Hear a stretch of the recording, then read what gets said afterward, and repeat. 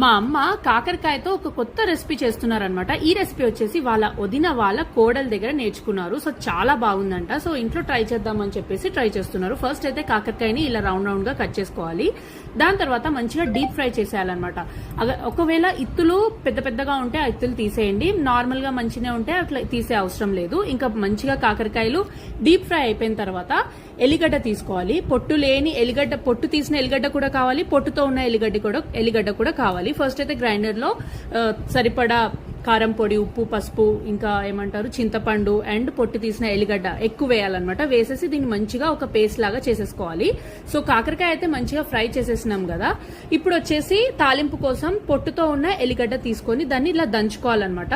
So ఇప్పుడు కొంచెం ఆయిల్లో కరివేపాకు మంచిగా డీప్ ఫ్రై చేసుకోవాలి. ఆ కరివేపాకు ఈ కాకరకాయలో వేసి మంచిగా కలిపేసుకొని ఇప్పుడు మనం చేసుకున్నాం కదా ఎల్లిగడ్డ పేస్ట్, అది కూడా వేసి చేతులతో ఇలా మంచిగా కలిపేసేయాలన్నమాట.